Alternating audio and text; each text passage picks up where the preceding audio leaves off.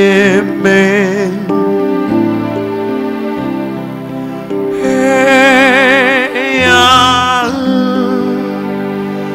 donner ta vie pour moi. À Golgotha.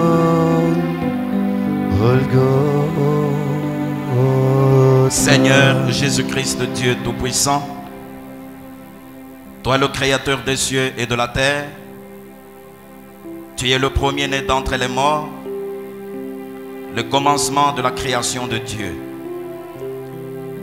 Ce matin, à cause du souffle de vie que tu nous as donné gratuitement, et à cause de ce privilège de nous rassembler dans ta maison, nous nous inclinons pour te dire merci. Après avoir chanté ainsi pour ta gloire et pour ton honneur, et après avoir fait bon accueil à ce couple, nous voulons nous asseoir à tes pieds pour entendre tes saints oracles. Dans l'Écriture, tu nous as dit: tournez-vous vers moi, vous tous habitants de la terre, et vous serez sauvés. Ce matin, nous nous sommes détournés de tous les autres endroits du monde pour avoir nos yeux fixés sur toi, Christ, la parole faite chair. Toi, le véritable serpent d'airain, manifesté et révélé en notre génération. Étant assis à tes pieds ce matin, nous nous sentons incapables et indignes d'accomplir quoi que ce soit. Mais l'apôtre Paul a dit: notre capacité vient de Dieu. Je voudrais, Seigneur Jésus, m'oublier moi-même, afin que ce soit toi parlant de ta propre parole au travers de nous. Donne-nous la grâce de lire les Saintes Écritures, et puisse le Saint-Esprit les sonder à notre place, qu'il brise chaque citation ce matin comme étant le pain, et qu'il dépose cela dans le cœur de chacun de nous selon nos besoins. Dans la parole, il est écrit qu'il y a d'abondantes joies en ta présence. Comme nous sommes dans ta présence, permets qu'il y ait d'abondantes joies dans le cœur et dans l'âme de chacun de nous. Nous chassons de ces lieux tous les esprits méchants qui ne reconnaissent pas Christ comme Seigneur et Sauveur. Et nous remettons tout sous le contrôle du Saint-Esprit, depuis le début jusqu'à la fin, dans le nom précieux du Seigneur Jésus-Christ. Amen. Amina. Amen.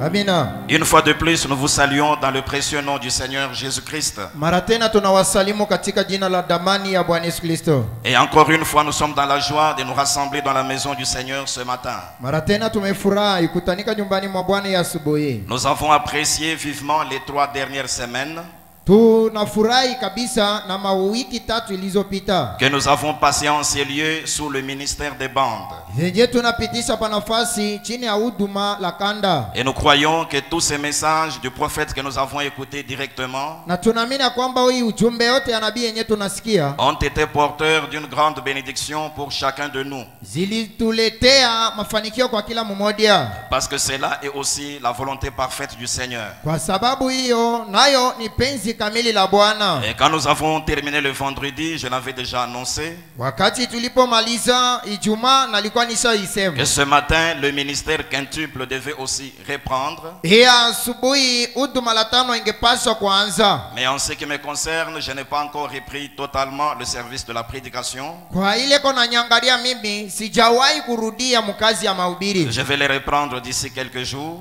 Tarudiria hapo kunako masiku Et chache. ce matin, nous allons simplement essayer de parler en quelques minutes. Lakini hii asubuhi tutajaribu kunena kadiri dakika Et chache. nous avons une petite exhortation que le Seigneur a placée sur notre cœur. Na tuko na subutisho ndoko yenye Bwana anatia moyoni mwangu. Nous l'avons intitulé comme ceci: Naipanga kama hivi: le double privilège de la postérité d'Abraham. fadhili mara pili ya uzao wa Abrahamu. Le double privilège de la postérité d'Abraham. Fadhili mara mbili ya uzao wa Abrahamu. Nous allons prendre Genèse chapitre 22. Tutachukua Mwanzo 22. Nous lirons du 15e au 17e verset. Tutasoma toka mstari wa 15 hadi wa 16. Genèse chapitre 22. Mwanzo sura yake ya 12. Du 15e au 17e verset pendant que nous nous levons. Toka mstari wa 15 hadi wa 17 wakati tuko nasimama. Nous lisons. Tunasoma. L'ange de l'Éternel appela une seconde fois Abraham des cieux et dit: Malaika wa Bwana alipomwita mara pili Abrahamu toka mbinguni na kumwambia, je le jure par moi-même, parole de l'Éternel, akasema, na hapa kwa mimi mwenyewe neno la Bwana, parce que tu as fait cela kwa sababu nafanya hiyo et que tu ne m'as pas refusé ton fils, na akunikatalia mwanako ton unique, mmoja wa pekee, je te bénirai takapobariki et je multiplierai ta postérité na takapoizidisha uzao wako comme les étoiles du ciel et comme le sable qui est sur le bord de la mer. kama vile nyota zenye kuwa mbinguni na mchanga puani pa bahari. Et ta postérité possédera la porte de ses ennemis. Na uzao wako itakapoimiliki mlango wa adui. Que le Seigneur bénisse la lecture de sa parole. Bwana ibariki usome wa neno lake. Veuillez vous asseoir. Mnaweza kuketi. Avec ce texte que nous venons de lire dans notre Bible, Na hii andiko tunatokea mkuisoma Bibliani mwetu. comme je l'ai dit, nous voulons simplement apporter une exhortation en quelques instants. Hisi nalisema nataka kuwasubutisha muda mfupi. Et nous l'avons intitulé le double privilège de la postérité d'Abraham. Na ipanga fadhili mara mbili ya uzao wa Abrahamu. Ce mot privilège signifie ceci. Hii useme fadhili On maana nous montre qu'un privilège, natuonesha kwamba fadhili c'est un avantage accordé à un ou à plusieurs. ni faida yenye kupewa kwa mmoja au kwa watu wengi. Et quand on parle d'un privilège, Wakisema kuhusu fadhili c'est un avantage bien sûr que l'on accorde à un ou à plusieurs. ni faida, lakini yenye kupewa kwa mmoja au kwa Mais wawili. le privilège est attaché à une certaine fonction, Lakini fadhili iko ku kazi fulani ou encore il est attaché à une certaine dignité. au tena iko mcheo fulani. Et on conclut en disant que le privilège, c'est aussi un droit. Tuko na komesha pia kwamba fadhili iko sawa vile msalaba. Donc quand quelqu'un doit bénéficier d'un privilège, Wakati mtu anapaswa kupokea fadhili, il y a une fonction qu'il doit avoir. kunako kazi anapaswa kuwa nayo. Il y a un certain degré de dignité qu'il doit atteindre. Kunako kimo fulani kia cheo anapaswa Alors quand kufikia. vous avez cette fonction-là, Ukifikia pa ile ou kazi, quand vous avez atteint ce degré de dignité-là,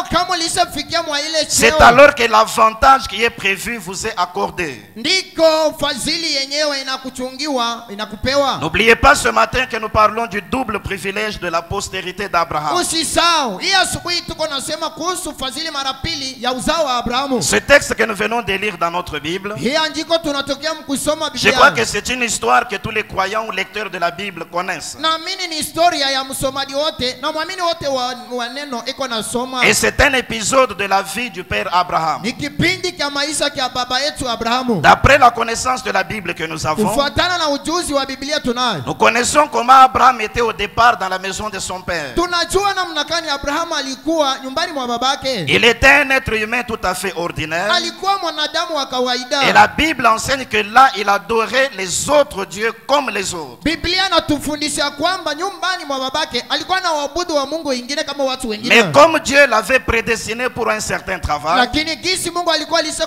kutangulia à un kumchagua certain kwa moment, kazi Dieu ingine. lui avait parlé clairement. Wakati mmoja fulani Mungu akamnenea wazi. Il avait entendu la voix de Dieu Akasikia sauti ya Mungu. et Dieu lui avait ordonné de sortir de la maison de son Na père. Mungu aliweza kumwamuria atoke nyumbani mwa babake. Abraham était non seulement le père des croyants que nous sommes, Abraham asikukwe paka baba wa waamini gisi tuko. mais il était aussi le type de nous en tant que croyants. Lakini alikuwa pia mfano wetu kama vile waamini. C'est pourquoi chaque fois que nous parlons d'Abraham ce So matin, kwa maana kila mara ya asubuhi tutakaponena voyez-vous vous-même représenté dans ce type. ulione wewe mwenyewe katika hii mfano. Et dans la vie du père Abraham, il y a eu beaucoup de tests de la part de Dieu. Maishani mwa baba Abrahamu mulikuwa vipimo tofauti. Si vous étudiez sa vie depuis la Bible, Ukijifunza maisha vous allez voir yake que katika Dieu Biblia, l'avait soumis à plusieurs tests. mutaona Mungu alimjaribu. D'abord, Dieu lui ordonne de sortir de la maison de son père. Kwanza anamwamuria kutoka nyumbani mwa babake. Imaginez-vous un être humain comme vous, Ujifikiria tu mwanadamu kama vivant wewe paisiblement dans sa famille, uko naishi tu mustarehe avec maishani des mwao. amis, des connaissances et des associés. Na warafiki na watu wengine wako Un natumika jour, une nao. voix venant de l'inconnu lui dit, Siku moja sauti inatoka kwa wasiojulikana na va-t'en kukwambia, de ton pays, nenda toka nchini quitte la mwako, maison de ton toka père, nyumba mwa babako, va vers le lieu que moi l'Éternel je veux t'indiquer. nenda mahali ambako mimi Bwana atakutuma. C'est un grand test auquel Dieu le soumettait. Hii ni kipimo kubwa Kenya alikuwa anapimiwa na Et Mungu. Abraham était obligé de sortir, Na Abrahamu alilazimishwa commencer à kutoka, marcher kwanza sans kutembea connaître parfaitement la direction qu'il prenait. bila kujua kabisa kabisa alikuwa anakwenda Mais wapi. il a été fidèle dans ce test-là. Lakini mwa ile kipimo alikuwa mwaminifu. Quelque temps après, au milieu du chemin, Muda mfupi kisha katikati Dieu ya vient njia, vers lui avec un autre test. Mungu akamkudia na kipimo kingine Pour que la bénédiction que je t'ai promise vienne, ili aje yenyewe na kuadia ije. tu dois connaître une séparation totale. Unapaswa kujitenga. Tu dois te séparer même de l'autre, ton neveu que tu as pris. Unapaswa kujitenga hata na Lutu mwipo yako. C'est un grand test auquel Dieu soumettait Abraham. Hii ni kipimo kubwa kenye Mungu alikuwa anampima Abraham a Abrahamu. été trouvé fidèle dans ce test-là. Abrahamu mwa ile kipimo Il alikuwa s'est mwaminifu totalement séparé pour obéir à Dieu. na kujitenga kabisa kabisa kwa kumtii Un Mungu. autre test. Kipimo Il kingine devait aller habiter sur une terre aride, angepaswa kwenda kuketi où visiblement il y avait la sécheresse. kwenye mkuangalia nchi ilikuwa kavu. Il a accepté d'aller vivre là-bas, Akakubali kwenda kuishi huko. peu importe la beauté que les plaines de Sodome pouvaient montrer. Aizuri urembo wa Sodoma. Un autre test encore. Kipimo kingine tena Il a dû être obligé halilazimishwa d'attendre le fils promis pendant 25 ans. kongojea mtoto wa ahadi kajiri miaka 25. Il a encore été fidèle dans ce test-là. Kwa ile kipimo akagwa tena Il y a eu la pression des moqueries des gens sur kukaa lui. mkazo wa kuchekelewa kwa watu. Malgré toutes ces choses, Aizuri vile vyote il connaissait en qui il avait placé sa foi. alijua mwenye alikuwa naamini. Abraham a été trouvé fidèle dans tous ces tests. Abrahamu mwa vipimo vyote alitoka Et au bout de mwaminifu. 25 années d'attente, Wakati alikuwa anachunga, le Dieu Tout-Puissant, Mungu Mwenyezi qui ne faillit jamais, mwenye achokaji, s'était finalement souvenu de la promesse. mwisho wa vyote akakumbuka Et hadi Isaac était venu au monde. na Isaka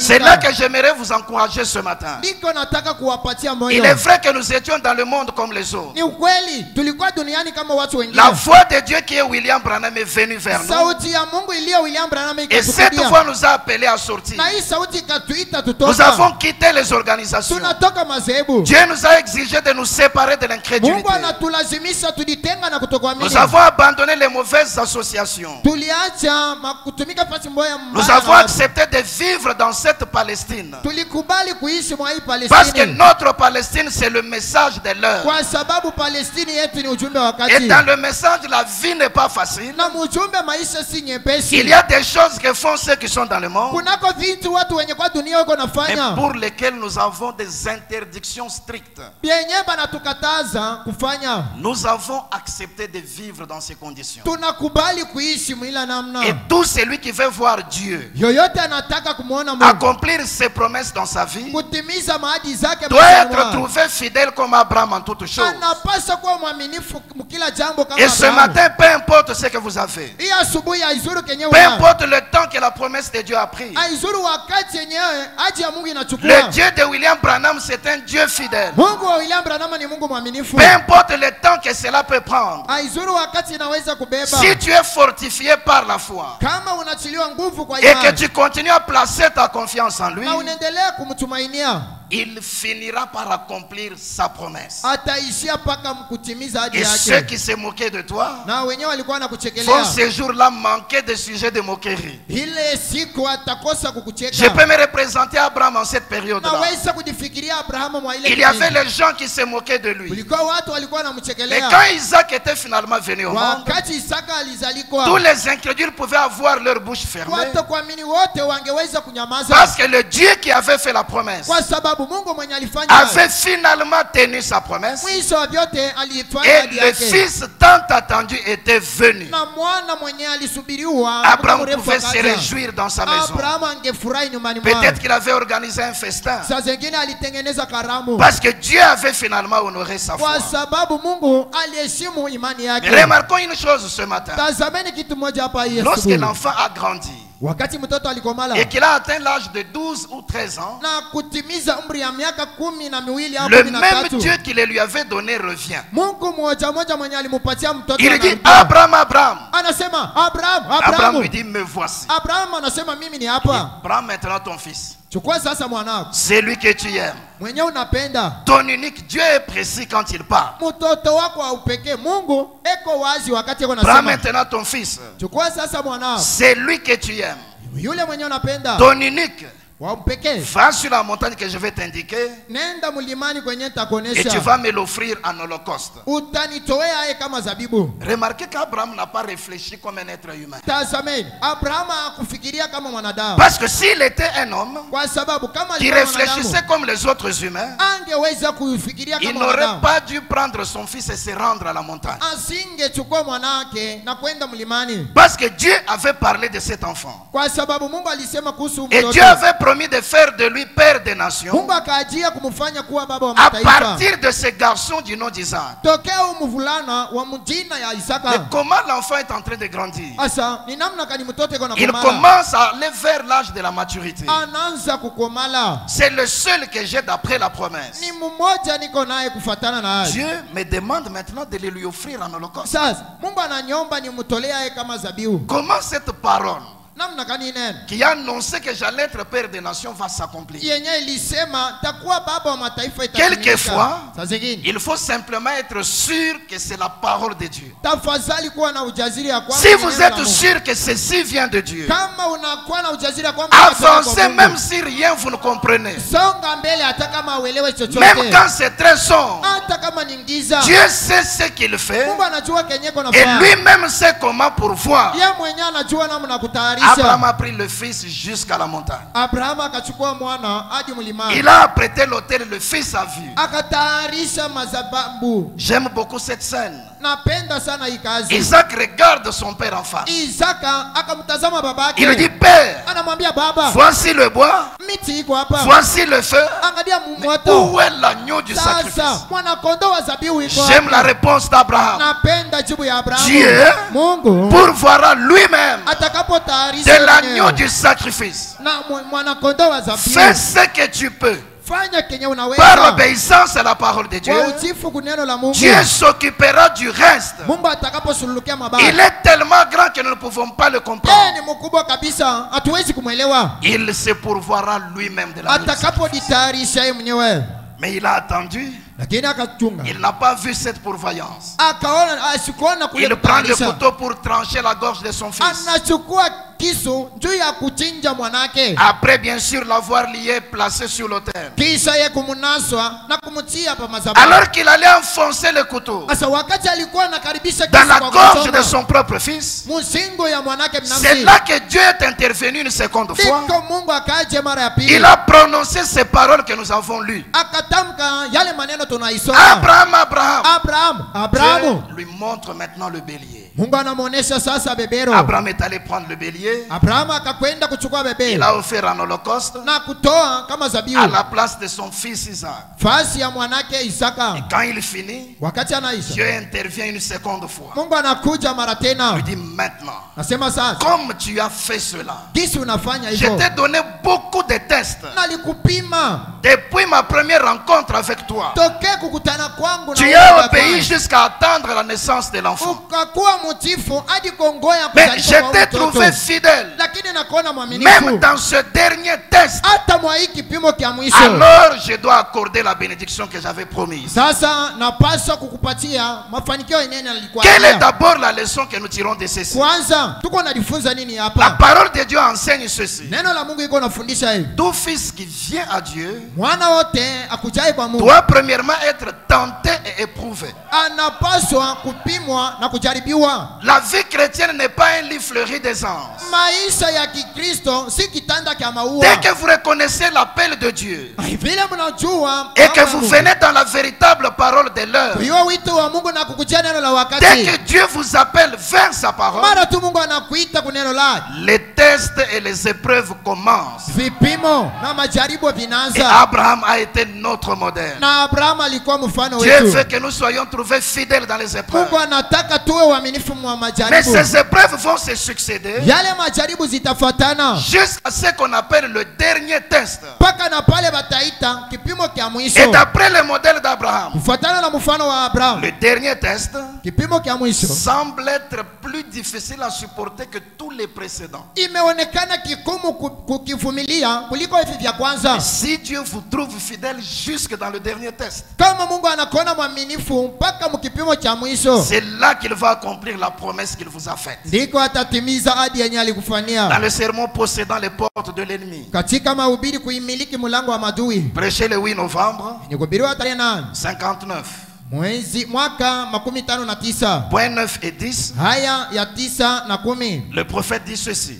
Nabii anasema hivi, Dieu avait testé le patriarche Mungu alimupima mzee parce qu'il lui avait fait une promesse. kwa sababu alimwadia, Et lorsque Dieu fait une promesse, na wakati Mungu anakuadia, il veut être sûr anataka kuhakikishiwa que cette personne est digne de la promesse ya kwamba huyu mtu anastahili ahadi avant d'accomplir ce qu'il a dit ou ce qu'il a promis. kabla kutimiza kenye anasema au kenye anajia. Ainsi, il avait donc été promis à Abraham Hivi alimwajia Abrahamu que par sa postérité, ya kwamba kupitia uzao le wake monde entier serait béni, dunia mzima itabarikiwa, qu'il aurait un fils atakuwa na mwana, et que de ce fils na tokea umwana sortirait une semence qui bénirait la terre entière. kutatoka mbeko yenye itakapobariki dunia mzima. Et Abraham avait 75 ans Na Abraham alikuwa na miaka 76 lorsque la promesse lui fut donnée. wakati alifanyiwa ahadi, Et Sarah, sa femme, en avait 65. na Sara mkewe alikuwa na 65. Mais la Bible nous dit Lakini Biblia inatuambia qu'Abraham ne douta point par incrédulité ya kwamba Abrahamu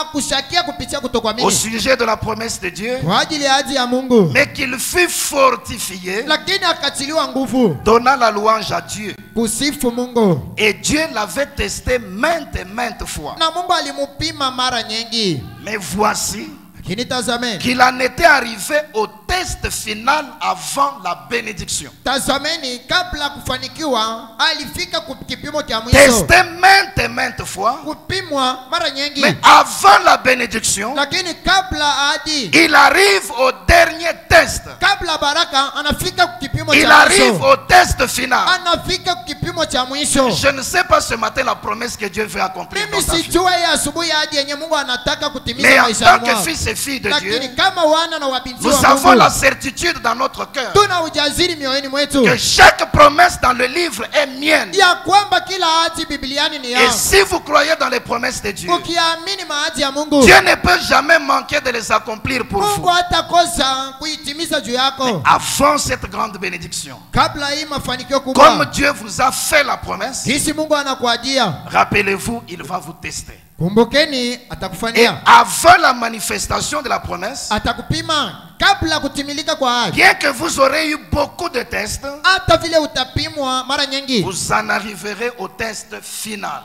utakapofika kipimo cha mwisho, Peut-être que ce matin, saa zingine il y a une asubuhi promesse en vue, kunako ahadi yenye kwa mais mbele, tu passes encore par quelques tests. na uko napita kuvipimo chache, Sois fortifié. utiliwa nguvu, Tiens encore fort dans la parole de Dieu. simama imara muneno la Mungu. Peut-être que tu es au dernier test. Saa zingine uko mkipimo cha mwisho, Sois fidèle comme Abraham en toutes choses. uwe mwaminifu kama Abrahamu mwa kila jambo. Dieu ne manquera pas d'accomplir sa promesse. Mungu hatakosa kutimiza ahadi yake. Au point 10, le prophète dit, Haya 10 nabii anasema, et il en va de même pour toute la sémence d'Abraham. na iko nafanya vile vile kwa mbeko lote ya Abrahamu. Dieu nous donne ce test final Mungu iko natupima kipimo cha mwisho juste avant de nous donner la promesse. kabla ya kutupatia ahadi. Et si c'était possible, Lakini kama iliwezekana, j'aimerais dire ici quelque chose de personnel, nataka kusema hapa kitu cha upekee, mais je ne le ferai pas. lakini Ce itafanya hivyo. test final Hii kipimo cha mwisho pour voir comment vous allez réagir à cela. juu ya kuona jibu yako mbele ya hiyo. Lorsqu'il eut soumis Abraham à ce test, Wakati aliweza kumupima Abrahamu, il le trouva tout aussi fidèle qu'au début. akamkuta mwaminifu sawa vile mwanzo. Quelle bénédiction ce serait ce matin Ni baraka kani itakuwa hii asubuhi si nous qui prenons sa promesse de guérison, ikiwe sisi kwenye kuchukua ahadi yake ya uponyaji nous pouvions y rester tout aussi fidèles.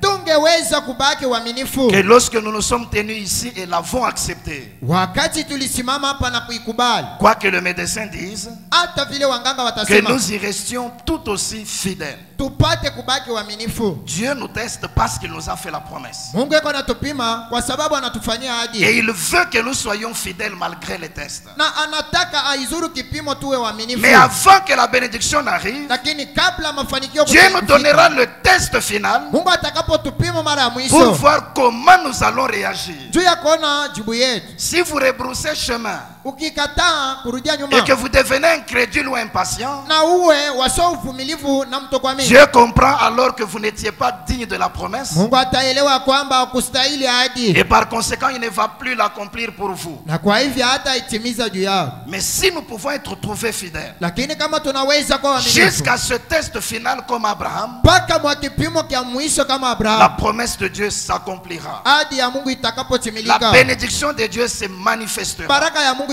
itakapoonekana. Maintenant, il y a une chose importante. Sasa kunako kitu cha umuhimu J'aimerais que nous remarquions cela dans notre Bible. nataka tuiona Bibliani mwetu. C'est Abraham qui a été trouvé fidèle. Ni Abrahamu alikutanika mwaminifu, C'est Abraham qui a obéi à Dieu en toutes choses. ni Abrahamu aliyetii kwa Mungu mwa kila jambo. C'est à Abraham que la promesse devait venir dans Ni l'accomplissement. kwa Abrahamu hadi ingepaswa kuendea. Mais au verset 17 de notre lecture, Lakini kumstari wa 17 wa quand kusoma Dieu kwetu, prononce maintenant la récompense, wakati Mungu anatamka maripo, il ne s'arrête pas seulement à Abraham, asimamia mpaka pa Abrahamu, mais il va plus loin jusqu'à toucher sa postérité qui n'était pas encore là. lakini atakwenda mbali hadi kukusa uzao wake. Dieu dit, yenye je ilikuwa te hajawahi. bénirai. Mungu anasema atakapoibariki Je te bénirai. takubariki. Toi, Abraham, je te bénirai. Wewe Abrahamu Parce que takapokubariki, je t'ai trouvé fidèle même dans le dernier test. kwa sababu nalikukuta mwaminifu hata mwa kipimo kya mwisho. C'est normal et c'est compréhensible. Ni ya kawaida na iko Parce nasikilika, que c'est lui qui a agi. kwa sababu yeye ndiye mwenye Et kutenda, normalement, la bénédiction devait lui être donnée. na kabisa hadi ingepaswa kwa Mais yake. Dieu va plus loin jusqu'à toucher la postérité. Lakini Mungu anakwenda mbali hadi kukusa uzao wake, Et je multiplierai ta postérité na takapoizidisha comme uzao les wao, étoiles du ciel kama vile nyota hewani, et comme les sables qui est sur le bord de la mer. na sawa vile mchanga puani pa bahari, Et ta postérité na uzao wao possédera la porte de ses ennemis. itakapoimiliki mlango wa madui. Ici, les enfants dans leur diversité ne sont pas encore venus. Hapa watoto wenyewe walikuwa hajawahi kuzalika, Ce ne sont même pas eux qui ont obéi à Dieu en toutes choses. ana hata watoto wenyewe walitii Mungu mwa kila jambo. C'est Abraham le père qui a eu foi en Dieu. Ni Abrahamu baba mwenye aliamini Mungu. Mais quand Dieu parle de la récompense, Lakini wakati Mungu anasema kuhusu il mshahara, donne une partie à Abraham bien sûr, anapatia Abrahamu sehemu, mais il prononce aussi des paroles envers sa postérité. lakini anatamka maneno zingine kuhusu uzao wake. Un principe important de la Bible se dégage à partir de cela. Kanuni za umuhimu za Biblia iko natokea pale. C'est que les actes des parents Matendo ya wazazi ont des répercussions sur la vie des enfants. iko na uvuto pa maisha ya watoto. Commençons dans Exode chapitre 20, Tuanzia Kutoka sura yake ya 20 le 5e et le 6e verset. mstari wa 5 na wa 6. Dieu était en train de donner la loi aux enfants d'Israël. Mungu alikuwa anawapatia torati watoto wa Israeli. Et si vous commencez au verset 4, Ukianzia kumstari wa 4, il leur interdit de se faire des idoles. anawakataza kujifanyia masanamu. Et au 5e verset, il dit ceci. Mstari wa 5 anasema hivi: Tu ne te prosterneras point devant elles, donc devant les idoles, ou les images taillées. Hautaisujudia, Et tu ne les serviras point. hautaitumia kama, Car moi l'Éternel ton Dieu, kwa kuwa mimi Bwana Mungu je wako, suis un Dieu jaloux. mimi ni Mungu wa wivu. Remarquez maintenant, Tazameni sasa, qui punit l'iniquité des pères sur les enfants. mwenye kuapiza maovu za wazazi juu ya watoto Jusqu'à la 3e hadi kizazi cha 3 et à la 4e génération de ceux qui me haïssent. na cha 4 kwa wale wenye kunichukia, Et qui fait miséricorde jusqu'en 1000 générations na kujalia neema aje mu vizazi 1000 à ceux qui m'aiment et qui gardent mes commandements. kwa walionipenda na kuyalinda maamri zao. En ce temps-là, c'était les pères. Ile wakati ilikuwa ni baba. C'était à eux que Dieu donnait la loi par Moïse le Ni prophète. kwa baba Mungu alikuwa anaamuria kupitia nabii Musa. Mais il les amène à saisir quelque chose. Lakini anawapeleka mkushika kitu moja. Toutes ces choses que je vous défends, Hivi vitu vyote vyenye na wakataza. si vous les faites, Mkifanya, sachez d'abord que je suis jaloux. jueni kwamba mimi ni C'est-à-dire, wawivu. ma gloire, je n'aime pas la partager avec un autre. Utukufu wangu sipendake kuikawanya na mtu mwingine. Et si les pères agissent mal envers moi, Lakini kama baba ananitendea mabaya, Dieu est très strict. Je punis l'iniquité des pères sur les enfants. Mungu anasema maovu ya baba takapoyaepiza watoto. Mais les enfants ne sont pas encore ici. Watoto hawajawahi kuzalika. Ils n'ont rien fait éternel Dieu. Hawafanya chochote Bwana Il est Mungu. souverain Mungu ni mwenye et il kuangalia. établit ses principes dans les Écritures. Eko na panga makanuni zake katika maandiko. Si un père agit mal, Kama baba anajiongoza vibaya, Dieu va punir cela aussi sur les enfants. Mungu ataipiza na watoto Jusqu'à la 3e ou à la 4e génération, mpaka mkizazi cha 3 au cha 4. cela s'arrête.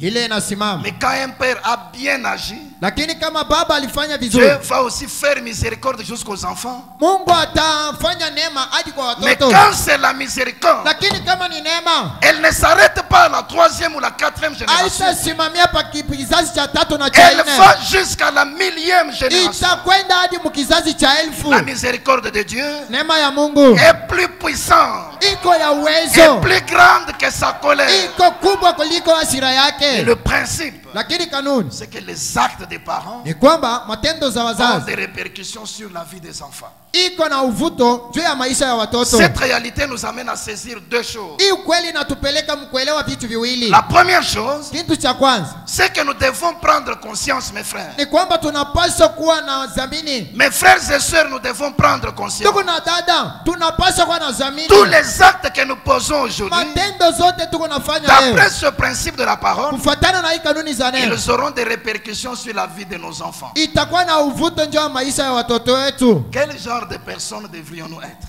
Ni aina kani ya watu tungepaswa kuwa. Dans le sermon La postérité d'Abraham, Katika mahubiri uzao wa Abrahamu prêché le 23 avril yenye kuhubiriwa tarehe 23 mwezi wa 4 59, mwaka 59 point 47, haya 47. je prends vers le milieu, suivons les prophètes. Nasoma katikati, fateni nabii. Veillez à ce que vous faites, Mukesha kwa vile mko nafanya, car cela kwa sababu hiyo aura des répercussions sur votre descendance qui viendra après vous. itakuwa na uvuto juu ya uzao wako, itakuja juu yako, nyuma Le yako. péché a des répercussions Zambi iko na uvuto jusqu'à la 3e ou la 4e génération, mpaka mukizazi cha 3 au cha 4, et la justice aussi. na haki nayo pia. Quelle merveilleuse chose là, les amis. Ni kitu kani cha damani pale, marafiki zangu. Vivez correctement. Muishi sawa sawa. Cela Ile aura un impact sur vos enfants qui viendront après vous.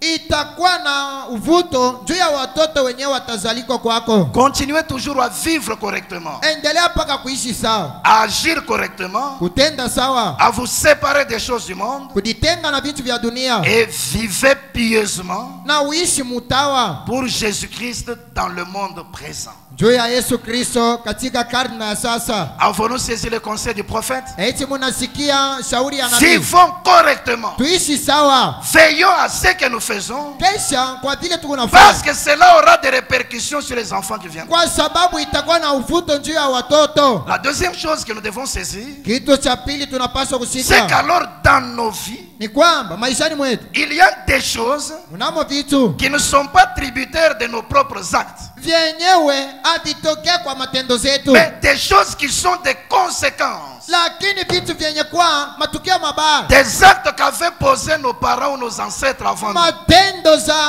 za baba yetu na wakambo yetu kabla sisi. Et nous voyons cela dans certaines familles dans notre vie. Tuko naiona mu majamaa ingine maishani mwetu. Dans cette famille, Mwa hii jamaa jamais personne n'a prospéré. kamwe hata mtu mmoja Il peut hataendelea, fleurir dans les affaires. anaweza kuendelea mu biashara Quand il atteint un certain degré, akifikia mu kimo fulani, il perd tout et il retourne à la case du départ. anapotesha vyote na kurudia Et quand kumwanzo. vous vérifiez, personne n'a franchi une certaine limite. Na ukichunguza hata mmoja hajawahi kufikia mkimo fulani. Dans cette famille, Mwa hii jamaa les filles ne vont jamais vierges au mariage. wabinti awendake wabikira À un kundoa. certain âge, on l'attrape toujours avec quelqu'un. Mungu umri fulani ya miaka beko na mkamata na bwana. Elles vont dans des mariages seulement par des situations inconvénientes. Weko naenda paka kundoa mumatukia tu mabaya. Dans cette famille, Mwa hii jamaa j'ai rencontré une sœur il y a 2 ans. nalikutana na dada moja kunako miaka miwili. On a prié, elle a conçu. Tuliomba akashika mimba. Mais quand il va à l'échographie, Wakati anakwenda kukio, le médecin lui dit ce sont des jumeaux. mwalimu anamwambia ni wa Elle mapasa. se rappelle que dans la famille de son mari, Anakumbuka jamani mwa bwana les jumeaux ne naissent jamais. wa mapasa awikalake nazalika. Ils meurent toujours avant la naissance. Wanikalaka paka na kufia Ou ils tumbo. meurent lors de la naissance. Weko hao weko na kufa Et wakati ya cela kuzaa. commence à la tourmenter. Na ile ikaanza kumvuruka Parce que c'était fréquent dans cette famille-là. kwa sababu ilikuwa natendeka hivyo mwa Mais ile gloire soit jamaa. rendue au Père. Utukufu imurudilia baba. Le Seigneur a été invoqué. Bwana tulimwalika Et ces jumeaux-là ont été même consacrés ici, ils sont vivants. na wa mapasa wale tuliwatolea hapa weko Mais hai. j'aimerais avancer pour introduire une pensée du prophète. Nataka kusonga mbele kwa kuingiza wazi wana Si wazi vous vous wanabii. rendez compte que dans votre vie, Ukijua kwamba maishani mwao il y a des choses pareilles munamo vitu vya qui hivi sont venues des conséquences des actes de vos anciens, vyenye vinatokea ku matendo za wazazi wako des parents et autres ancêtres de la famille, wa ngambo na wazazi wa mjamaa yako. le prophète donne 2 remèdes. Nabii anakupatia dawa mbili. Si c'est un mauvais caractère,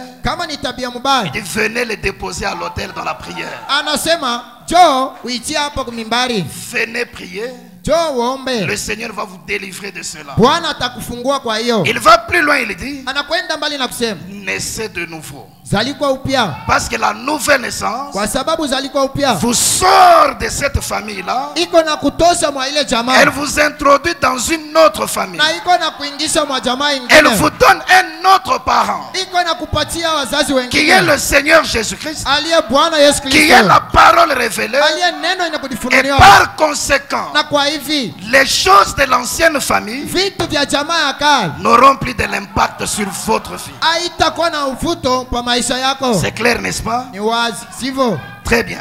Vizuri. Maintenant, quand Abraham a obéi à Dieu, Hasa wakati Abrahamu alitii Mungu, Dieu maintenant au verset 17, hasa Mungu kumstari 17 il parle d'Abraham, il dit je te bénirai. anamwambia Abrahamu, takapokubariki Maintenant, il donne ce que nous appelons un double privilège à sa postérité. sasa, kwa uzao wake anampatia kenye tunaita fadhili mara mbili. C'est un privilège, mais qui a 2 choses. Ni fadhili lakini yenye kuwa na vitu viwili. La première chose dans ce privilège, Kitu cha kwanza mwaifa hizi, je multiplierai ta postérité takapoizidisha uzao wako comme les étoiles du ciel sawa vile manyota ziwani et comme le sable qui est sur le bord de la mer. na sawa vile mchanga puani kwa bahari. C'est que de ce seul fils que tu vois, Maki, kutoka tu mwana wa pekee je vais unao faire sortir beaucoup d'autres enfants. tatosha mo watoto wengine wengi Et ils seront nombreux na watakuwa wengi comme les étoiles qui sont dans le ciel, sawa vile nyota hewani, comme le sable qui est sur le bord de la mer. sawa vile mchanga puani kwa bahari. Qui peut compter les étoiles? Ni nani anaweza kuhesabia Qui peut nyota? compter les grains de sable sur le bord de la Ni mer? nani anaweza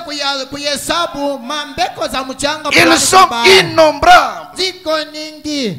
C'est comme ça que devait être la postérité d'Abraham. Hivyo ingepaswa kwa uzao wa Abrahamu. Même si des calamités viennent dans le monde, Hata kama chuki mnakuwa même si des duniani, grandes épidémies venaient dans le monde, hata kama magonjwa kubwa zimekuwa cette duniani, postérité ne disparaîtra jamais de la face de la terre. hii uzao haitatoka kamwe udongoni. Les autres peuples Watu wengine peuvent rencontrer des situations difficiles unaweza kutana na magumu et être même exterminés totalement de la face de la terre. na kuzimishwa hata udongoni, Mais jamais la postérité d'Abraham. lakini kamwe uzao wa Parce que Abrahamu, moi l'éternel, kwa sababu mimi pas Bwana quelqu'un d'autre, si mtu mwingine, moi l'éternel, mimi Bwana je multiplierai ta postérité. takapoizidisha uzao wako. Il ajoute la deuxième chose dans ce privilège. Anaongeza kitu cha pili mwa hii fadhili, Et ta postérité na uzao wako possédera la porte de ses ennemis. itakapoimiliki mlango wa madui, Peu importe les ennemis qui se lèveront sur la terre. aizuru wengi wa madui zenye watasimama S'ils dungoni. sont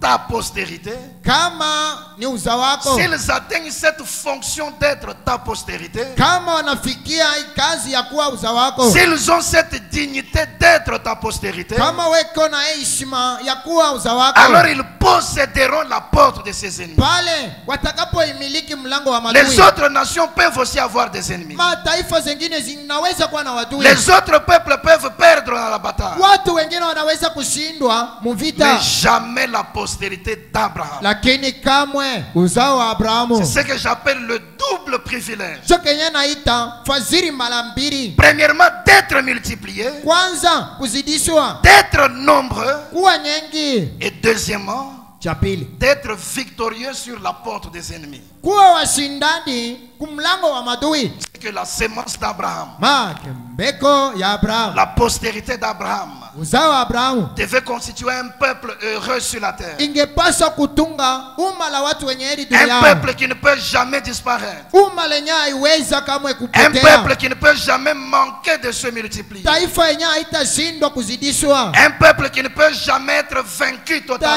taifa yenyewe haitashindwa duniani, Un peuple qui ne peut jamais perdre une bataille. taifa yenyewe haiwezi kushindwa Oh, ce mvita. matin, si nous sommes la postérité d'Abraham, Oh, ya asubuhi kama tuko uzao wa c'est que Abrahamu, notre cœur doit brûler de joie. mioyo yetu inapaswa kufurahi. Ce matin, c'est lui qui a des problèmes dans Hii sa vie. asubuhi aliye na changamoto C'est maishani lui qui est mwake, menacé de disparition sur la terre. mwenye anashambuliwa kuondoka duniani, C'est lui qui a des portes difficiles à vaincre devant lui. mwenye kuwa na malango za nguvu mbele yake za kushinda. La solution ce matin, Jibu hii c'est asubuhi d'être la postérité d'Abraham. ni kuwa uzao wa Abrahamu. Parlons maintenant de cette postérité. Tuseme sasa kuhusu hii uzao, Parce que c'est elle qui a ce double privilège. kwa sababu hii fadhili mara mbili Le ya fait uzao. d'être américain ne représente rien. Tendo ya kuwa Mwamerikani haimanisha kitu. Le fait d'être congolais ne représente rien. Tendo ya kuwa Mkongomani haionesha kitu. Mais ce qu'il faut ce matin, Lakini kenye kinafaa hii c'est asubuhi d'être la postérité ni d'Abraham. kuwa uzao wa Abrahamu. Et alors, Na kwa hivi ce double privilège hii fadhili mara mbili est votre propriété personnelle. ni mali yako binafsi. Qu'en est-il de la postérité d'Abraham? Itakuwaje kwa uzao wa Abrahamu? Retenons fermement une chose, Tushikeni kitu moja, que Abraham a eu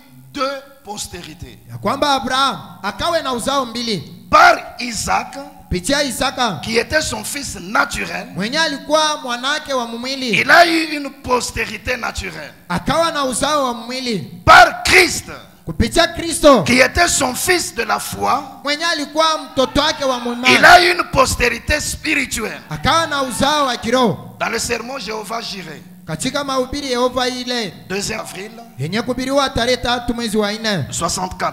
mwaka 64, Point 13, il dit ceci. haya 13 anasema hivi: La promesse fut faite à Abraham hadi ilipofanywa na Abrahamu et à sa sémence après lui. na kwa mbeko yake kisha yeye, Non seulement à Abraham, si mpaka kwa Abrahamu, mais aussi à sa sémence. lakini pia kwa mbeko yake. Eh bien, Vizuri. maintenant la sémence. Sasa mbeko, La sémence d'Abraham était Isaac. mbeko ya Abrahamu ilikuwa ni Isaka. Pardon, la sémence naturelle d'Abraham était Isaac. Mnisamee, mbeko ya Abrahamu ya mwili ilikuwa ni Isaka, Mais la sémence spirituelle lakini ya kiroho de la foi d'Abraham ya imani ya Abrahamu était Christ. ilikuwa Kristo. Donc ici on nous présente deux postérités. Hapo banatuonesha uzao mbili, La postérité naturelle qui était Isaac, uzao wa mwili iliyo Isaka, et par Isaac est venu Jacob. na kupitia Isaka kukawa Par Yakobo, Jacob les 12 tribus kupitia Yakobo kukawa makabila et 12, toute la multitude des juifs que nous avons aujourd'hui. na wengi wote wa Wayahudi tuko nayo leo.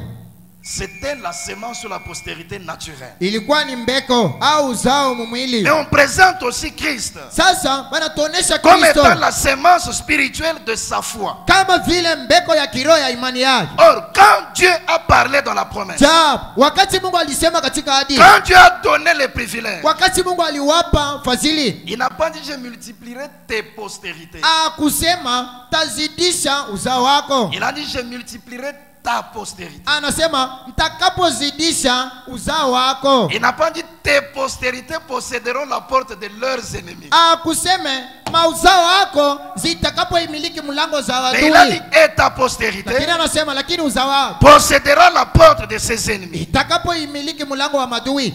Il y a deux postérités, Kunako uzao mbili. mais la promesse s'adresse à une seule postérité au singulier. Kunako mauzao mbili lakini adi inaendea uzao moja. La question maintenant c'est de savoir, Ulizo sasa ni ya kujua de ces deux postérités, haya mauzao mbili laquelle était réellement concernée par le privilège. ni uzao gani yenye iliangaliwa kabisa kabisa na fadhili. Galates chapitre 3, Wagalatia sura yake ya 3 verset 16. mstari wa 16. Paul dit ceci. Paulo anasema hivi: Or, ja les promesses ont été faites à Abraham mahadi zilipofanywa na Abrahamu et à sa postérité. na kwa uzao wake, Il n'est pas dit et aux postérités, ambasemi na kuma uzao wake, comme s'il s'agissait de plusieurs. sawa vile ilikuwa nyingi, Mais en tant qu'il s'agit d'une seule, lakini kama vile mmoja, et à ta postérité, na kwa uzao wako, c'est-à-dire maana à Christ. kwa Kristo. Abraham a eu deux postérités. Abrahamu akawa na uzao mbili, La postérité naturelle qui était Isaac, uzao wa kiasiri iliyo Isaka, il a eu la postérité spirituelle qui était Christ. akawa na uzao wa kiroho iliyo Kristo. À proprement parler, Kusema kupekee, la promesse ou le double privilège hadi au fadhili mara mbili ne s'adressait pas à la sémence naturelle. haikuwa naendea mbeko ya kiasiri, Cela concernait Christ, ile ilikuwa naangalia Kristo qui est la postérité spirituelle d'Abraham. aliye uzao wa kiroho wa Abrahamu. Mais il ne faut pas se perdre dans les Écritures. Lakini usipotea mu maandiko. Voici. Tazameni, D'après l'enseignement de William Branham, kufuatana na mafundisho ya William Branham, toute chose dans le spirituel kila jambo mkiroho doit préalablement inapaswa kutanguriwa être préfiguré kuwa na mfano par quelque chose dans le naturel. kupitia kitu fulani mkiasiri. C'est ainsi que la sémence spirituelle qui est Christ, Ndivyo mbeko ya kiroho ya Kristo à qui cette promesse yenyewe hii ou ces doubles privilèges s'adressaient, hii fadhili mara mbili inaendea, était d'abord typifiée ilikuwa kwanza par mfano la sémence naturelle wa kuzalikwa kwa mwakiasiri qui était Isaac ou les enfants d'Israël. yenyewe ilikuwa Isaka au watoto wa Parce que Israeli, le naturel kwa sababu kiasiri a toujours été le type du spirituel. asili inikalaka mfano wa kioo. C'est pourquoi quand vous regardez dans la Bible, Cho kwa maana kitazama Biblia, les enfants d'Israël watoto wa Israeli ont joui de ce double privilège wanafurahi kwa hii fadhili mara mbili, simplement sous forme de type. mpaka vile saa mifano, Mais la réalité lakini ou ukweli la véritable représentation de la chose au jambo la kweli devait venir avec Christ. ingepaswa kuwa na Kristo. Parlons d'abord du naturel Tuseme kuhusu kwanza pour asili, voir comment ce double privilège a agi juu ya kuona namna kani fadhili mara mbili avant de ilitenda prendre l'aile spirituelle et de conclure. kabla kuchukua kiroho kyao na kukomesha. D'Isaac est sorti Jacob. Toka Isaka kazalikwa De Yakobo, Jacob sont venues les 12 tribus. toka Yakobo kazalikwa makabila 12. Quand ces gens venaient au monde, Wakati hao watu walikuwa ils nazalika, naissaient de façon toute naturelle comme les autres. walikuwa nazalika mkiasili sawa watu wengine, Mais Dieu, avant même qu'il ne vienne, lakini Mungu kabla wazalike avait déjà prononcé un double privilège. alikuwa alisha kutamka fadhili mara mbili. Premièrement, il devait être multiplié. Kwanza wangepaswa kuzidishwa, Même si vous les mettez dans quelle sorte de conditions, hata kama unawatia mwali ils yeyote vont toujours se multiplier. watazidishwa paka. Deuxièmement, la victoire sur l'ennemi leur appartient. Cha pili, ushindi ndio wa adui ni Peu wao, importe quel genre d'ennemi est devant eux. aizuru aina ya madui yenye kwa mbele yao. Voici. Tazameni, Dieu les a réellement multipliés Mungu mkweli aliwazidisha malgré les difficultés dans lesquelles ils se retrouvaient. aizuru tatizo ambamo walikuwaka. Vous allez voir dans Exode chapitre 1er. Mutaona katika Kutoka sura ya kwanza, Ils étaient esclaves en Égypte. walikuwa watumwa mu Misri, Mais en ces temps-là, lakini mwa ile wakati Pharaon avait décidé ceci. Faraona aliamua hii, Donnons à ces gens des travaux pénibles. tuwapa watu kazi ya nguvu pour les empêcher de se multiplier. ili wasizalane wengi, Parce que davantage ils deviennent nombreux, kwa sababu zaidi weko na ils zalana vont envahir tout notre pays. watajaza nchi yetu Ils yote, risquent un jour de nous chasser wanaweza kutufukuza siku moja et de devenir maîtres de notre territoire. na kuwa bwana mkubwa wa teritori yetu. Et qu'est-ce que la Bible dit? Sa ni nini Biblia nasema? Plus on les chargeait de travaux lourds, Zaidi walikuwa na waongezea kazi Please. ya nguvu zaidi, ils se multipliaient. walikuwa paka na zalana. C'est un élément du privilège. Ilikuwa ni chombo ya ufadhili. Même dans cette difficulté-là, Hata mwa hii vous tatizo ne saurez pas les exterminer de la terre. amutawaisha Vous duniani, ne les empêcherez jamais de se multiplier. amutawazuria kuzalana. Avec Hitler et l'église catholique, Na Hitler na kanisa ya William Kikatolika, Branham rejoint l'histoire William Branham anaongezako historia, et dit qu'on a tué à peu près 68 millions de juifs. anasema waliua karibu na milioni 68 ya On les Wayahudi. mettait dans les chambres à gaz. Walikuwa na watia mshamba, On les mettait dans les camps de concentration. walikuwa na watia mkambi ya upepo. On a tué des millions et des millions de juifs. Waliua milioni na milioni ya Wayahudi. Mais qui peut compter les juifs aujourd'hui? Sasa ni nani anaweza kuhesabiwa Ils Wayahudi sont leo? dans la quasi-totalité des nations de la terre. Weko karibu na mataifa yote ya dunia, Ils remplissent la Palestine wanajaza et Palestine. ils sont encore nombreux dans toutes les autres nations. Weko tena wengi mu mataifa Ils ingine, ne font que se multiplier. weko paka na zalana. Personne ne peut arrêter cela. Hata mmoja hata simamisha Parce que kuzalana Jéhovah kwao, lui-même kwa sababu Yehova yeye mwenyewe a dit, je le jure par moi-même. anasema na hapa kwa mimi mwenyewe. Et Paul dit, Na Paulo anasema les hommes jurent par un plus grand qu'eux. watu weko na hapa kwa mkubwa kuliko Et yeye, j'aime la conclusion de Paul. lakini napendaka kuomesha Ili wa Paulo. Dieu. Asema lakini Mungu N'ayant pas trouvé quelqu'un de plus grand que lui, akukuta mtu mkubwa kuliko alors yeye, il a juré par lui-même. kwa hivi akaapa kwa yeye mwenyewe. Qui es-tu Wewe kunani pour détruire la parole, juu ya kuharibu ou neno, pour détruire le serment de juu l'Éternel? ya kuharibu kiapo kya Bwana? Ils n'ont pas pu arrêter leur multiplication. Hakuweza kusimamisha kuzalana kwao. Il y a des nations aujourd'hui Kunako mataifa leo dont on parle seulement sur les pages de l'histoire. zenye beko nasema paka muhistoria, On vous parle des Sumériens dans l'histoire, banasema kuhusu Wasimeria muhistoria, mais allez les chercher sur la terre, vous ne les trouverez pas. lakini uenda ukawatafuta duniani hauko. Des circonstances sont arrivées Matukio zimekudia, et ils ont tous été exterminés de la face de la wote terre. waliuawa, Mais les Juifs subsistent. lakini Wayahudi Ils weko ont continué à se multiplier. wanaendelea na kuzalana, On les a tués par millions, bali waua milioni na mais ils milioni, sont toujours là et nombreux. lakini weko wako tena wengi, Et on ne peut même pas les compter. hawezi hata Ils kuhesabu. sont répandus sur toute la face de la terre. Weko dunia mzima, C'est un privilège que Dieu leur avait donné. ni fadhili yenye walipewa na Mungu. Dieu avait aussi dit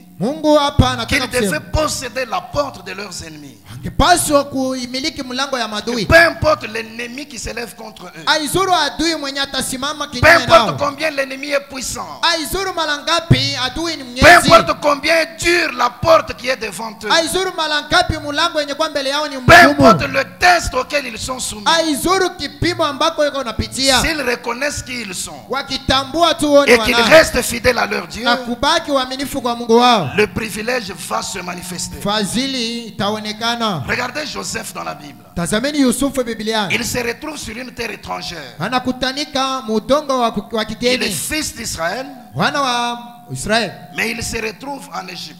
mwana wa Israeli, lakini anakutanika ku Misri. Une porte de l'ennemi vient. Mlango wa adui mekudia, L'impudicité se présente devant lui. zini kumeonekana mbele La yake, femme de Potiphar est devant. mke wa Potifa iko mbele yake. À cause du sang d'Abraham qui coulait dans ses veines, Kwa ajili ya damu ya Abrahamu ilikuwa navuja mu mishipa il a yake. réussi à vaincre cette porte-là. Alifaulu kushinda ile Et il est mlango, sorti victorieux alitoka kama parce mshindaji qu'il était la sémence d'Abraham. kwa sababu alikuwa mbeko ya Abrahamu. Aujourd'hui, c'est la honte, mes frères. Leo ni haya, Si vous pouvez simplement méditer sur cette histoire kama tunaweza kufikiria kwa hii et historia réaliser les circonstances na kutambua matukio dans lesquelles ce jeune homme Joseph s'était retrouvé. ambamo huyu kijana Yusufu alikutanika, Mais il n'est pas tombé dans l'impudicité avec cette femme-là lakini akuzini na ule mke parce qu'il reconnaissait l'alliance du père kwa Abraham. sababu alikuwa najua agano ya Il était sous l'expiation des sangs de boucs et de taureaux. walikuwa chini ya kafara ya damu ya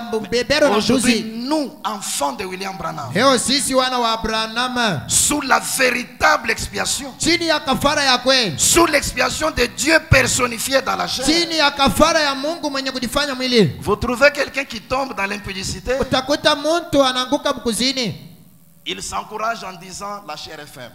eko nadisia moyo mkusema mwili ni dhaifu, Mais termine l'écriture. lakini isha andiko Mais l'esprit lui est disposé.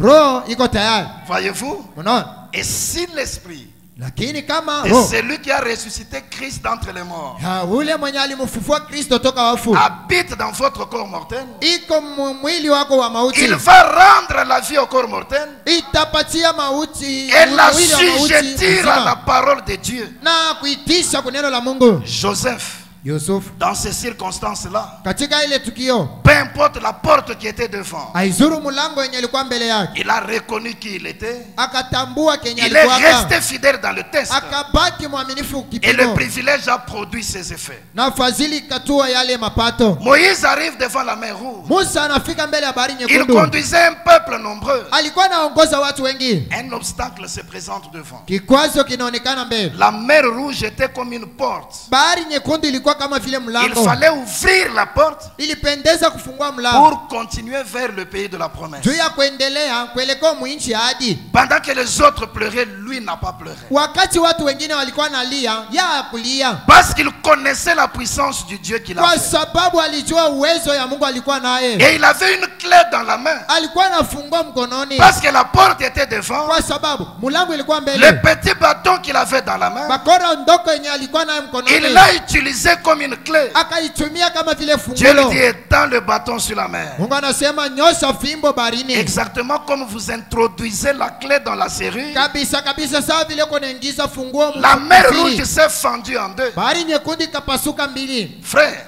Ndugu, quelle grâce ni neema kali de voir la grande mer rouge kuona bahari nyekundu kubwa séparée en deux, inajikata viwili, les eaux à gauche, maji kushoto, les eaux à droite, maji ingine kukulia, comme des hautes murailles, inakuwa saa kuta refu, et des hommes avec des sandales aux pieds, na watu walikuwa na masandala et de la kwa poussière sur ndio, les bords des vêtements, na mavumbi kupindo la mais vazi, marchaient à pied sec walikuwa natembea mwinchi sur un kavu, chemin au milieu des eaux, njiani katikati mwa un maji, chemin tracé par l'Éternel lui-même. njia yenye kupasuliwa na Bwana yeye mwenyewe. Il y avait une porte.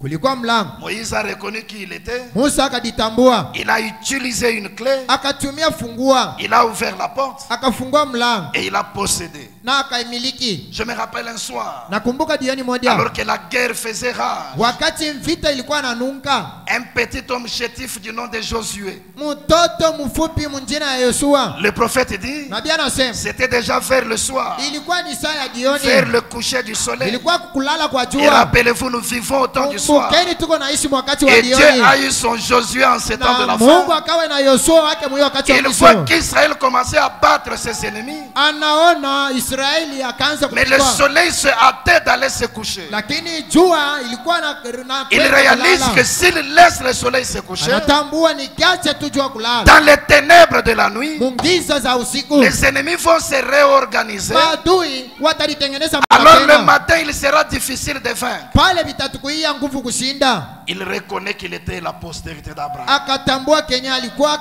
anasema alikuwa Il y ni avait uzao wa cette Abraham. porte de l'ennemi devant. Hata kama vile kunako mlango Il wa a watu mbele. saisi la clé de la parole parlée. Akashika fungo ya neno iliyo neno. Il a exercé une sorte de troisième poule. Akatumia aina ya Il a uvuto dit, wa taa. soleil, arrête-toi. Asema jua simama, Et le soleil s'est arrêté. na jua ikasimama. Ils ont continué à voir la victoire. Wakaendelea na kushinda. Et même quand ils sont arrivés à la porte, Asema hata wakati walifika kumlango là à Kadesh Barnea, pale kukades Barnea, plusieurs ont failli au dernier test. wengi walishindwa kukipimo cha Ils mwisho. ont mangé les raisins du pays, ils étaient bons. Wakala mizabibu ya nchi na ilikuwa mzuri, Mais le test était tellement difficile pour eux. lakini kipimo kilikuwa ni ngumu. Nous y avons vu les géants fils d'Anak. Tuliona mo watoto warefu wa Anaki, Devant eux, nous sommes comme des sauterelles. mbele yao sisi ni wampanjo. Le problème, ce n'est pas la taille de l'ennemi. Mambo si urefu ya adui, Le problème, ce n'est pas ce que tu parais par rapport à l'ennemi aux yeux humains. mambo si mukuonekana kwako mbele ya adui wako. Le problème, c'est le sang qui coule dans tes veines. Mambo ni damu iko navuya mu mishipa yako. Si c'est le sang d'Abraham, Kama ni damu ya tu Abrahamu, es la postérité d'Abraham. wewe ni uzao wa Et Abrahamu, d'après le privilège, na mwenye kutiliwa na fadhili, et d'après le privilège, fatana na tu fadhili, dois posséder cette porte-là. unapaswa kuimiliki ile Il mlango. faut reconnaître qui tu es. Tafadhali kujitambua, Il faut avoir la foi dans le Seigneur qui a fait la promesse. tafadhali kuamini Bwana mwenye kuadia, Il faut agir d'après la promesse. tafadhali kutenda kufatana na La ahadi, porte va s'ouvrir. mulango Ce itafunguka. petit homme Josué s'est levé, Yoshua akaamka, accompagné de Caleb qui était un vrai croyant. mwenye kusindikizwa na Kalebu aliye mwamini wa kweli. Ils ont dit nous sommes plus que capables. Wakasema sisi tunaweza, Et ils ont réussi, ils sont entrés. na wakashinda. Ce matin, je ne connais pas la porte qui est devant toi. Hii asubuhi sijua mulango yenye kwa mbele yako. J'aimerais anticiper en disant Nataka kufupisha mkusema nous sommes la postérité d'Abraham. sisi ni uzao wa Abrahamu. Abraham dans l'Ancien Testament, Abrahamu mwakano la kale, William Branham au temps de la fin. William Branham wakati wa mwisho. Le sang d'Abraham coule dans nos veines. Damu ya Abrahamu iko na vuya mu mifupa Un yetu. sang littéral dans l'Ancien Testament. Damu ya lumaimai mwakano la La kale, parole révélée au temps du soir. neno yenye kuchiliwa wazi wakati wa Si tu jioni. reconnais qui tu es Kama unajitambua uko nayo et que tu crois ce que la parole dit que tu es na kuamini kenye neno la Mungu inasema uko, et que tu crois dans celui qui a fait la promesse, na kuamini yule mwenye kuaji, si tu agis d'après la promesse, ukitenda kufuatana na ahadi, la porte va s'ouvrir. mulango itafunguka, Parce que le privilège est à toi. kwa sababu fadhili ni yako. Tous ces gens dont nous parlons, Hao watu wenyewe tunasema, voyez-vous, je n'ai pas le temps de parler de Samson. mnaona wakati inanipusa kusema Je n'ai kuhusu pas le temps Samsoni, de parler de Jéhu. wakati inanipusa kusema Pas de temps kuhusu pour Yuri, parler de Shamgar. sina na wakati ya kusema kuhusu Je n'ai pas Shamgar, le temps de parler de Josaphat. sina na wakati kusema kuhusu Yosafati, Je n'ai pas le temps de parler de Gédéon. sina na wakati kusema kuhusu Je n'ai pas Gideoni, le temps de parler de David. sina na wakati kusema kuhusu Daudi. Hébreux chapitre 11, vous pouvez lire à la maison. Waebrania 11 wanaweza kusoma nyumbani, Mais il y a une chose importante. lakini kunako kitu kia muhimu. Ces gens Hao watu ont joui de ce privilège. wakafurahi na fadhili yao, Ils ont joui de ce double privilège. wakafurahi na fadhili mara mbili, Mais dans la partie de posséder la porte de l'ennemi, lakini katika sehemu ya kuimiliki mlango ya ils ont adui possédé plusieurs portes, bien sûr. wakaimiliki malango zengi Mais il y a une hakika, seule porte qu'ils n'ont pas su posséder. lakini mlango tu mmoja hakuwezi kuimiliki. William Branham dit, William Branham anasema c'était la porte de la mort. ilikuwa ni mlango wa mauti. Moïse a vaincu l'Égypte. Musa alishinda Misri, Il a vaincu la mer Rouge. alishinda bahari Il nyekundu, a vaincu le désert. alishinda nyika, Mais Moïse est mort. lakini Musa alikufa. Josué, Yoshua, David, Daudi, tous ces grands héros de la foi. hao watu wakubwa na washuhudia wa imani, Mais ils sont morts. lakini walikufa. William Branham dit, William Branham faites anasema attention. sopokeni, Parce qu'il y a un jeune homme qui risque de vous défier là-bas. kwa sababu pale padapo kijana mwenyewe anaweza Il kufezea. dit, c'est Joseph. Anasema ni Yusufu. Si on peut pointer la colère dans la vie de Moïse, Kama tu mnaweza kusonta hasira maishani mwa Musa, si on peut pointer l'idolâtrie dans la vie de Salomon, kama unaweza kusonta mu maisha ya Salomono kuabudu sanamu, si on peut pointer l'adultère dans la vie de David, kama unaweza kusonta kuzini mu maisha ya Daudi, mais dans la vie de Joseph, lakini maisha ya il Yusufu n'y a rien que vous puissiez pointer. hamuna chochote Mais unaweza la mort kusonta, l'a vaincu. lakini maisha ilimshinda Parce qu'ils étaient la sémence naturelle. kwa sababu alikuwa ni uzao wa mumili. S'ils ont joui de ce double privilège, Ikiwa kufurahi na hii fadhili mara mbili, c'était simplement par type.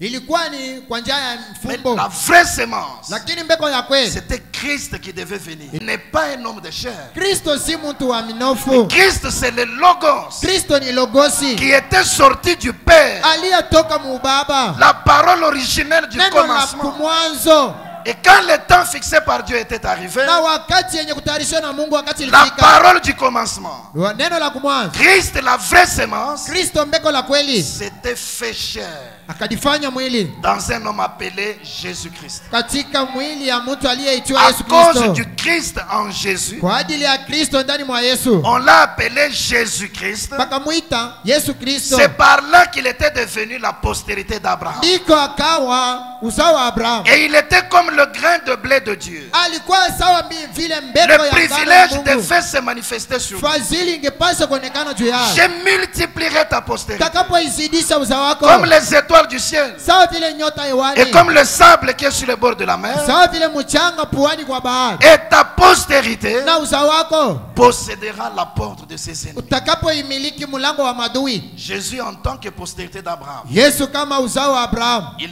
devait être multiplié. hangepaswa kuzidishwa. C'est pourquoi si le grain de blé Cho kwa maana ikiwa mbeko ya ngano ne tombe en terre, aianguke il udongoni, va rester seul.